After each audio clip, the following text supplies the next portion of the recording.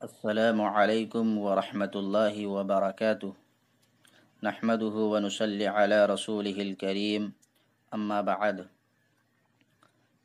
اسلام اور family planning کی دو صورتیں ہیں۔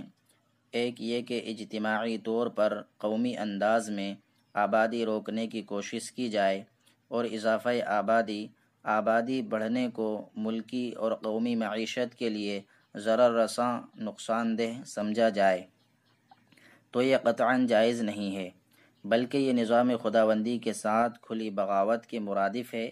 دوسری صورت انفرادی طور پر ضبط تولید ولادت نہ ہونا کنٹرول کرنا کی ہے، تو اس میں حالات کے اعتبار سے احکام مختلف ہیں۔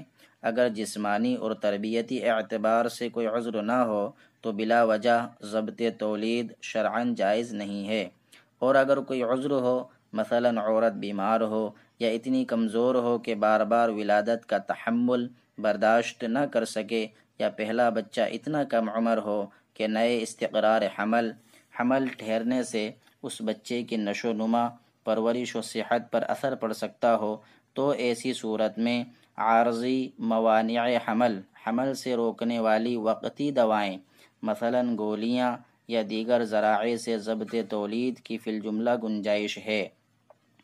البتہ کسی بھی صورت میں ایسا طریقہ اپنانا جائز نہیں ہے جس سے تولید کی صلاحیت زندگی بھر کے لیے معدوم ختم ہو جائے، مثلاً نس بندی کرانا یا بچے دانی نکلوانے کی اجازت نہیں ہے، الا یہ کہ اضطراری حالت ہو۔ نس بندی جائز نہیں۔ کوئی بھی ایسا عمل جس سے بچوں کی پیدائش پر ہمیشہ کے لیے روک لگ جائے، جیسے نس بندی وغیرہ، اس کی شریعت میں ہرگز اجازت نہیں ہے۔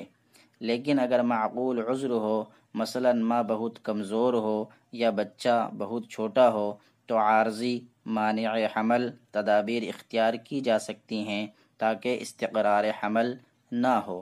اللہ تعالی ہم سب کو عمل کی توفیق عطا فرمائے، آمین۔ السلام علیکم ورحمۃ اللہ وبرکاتہ۔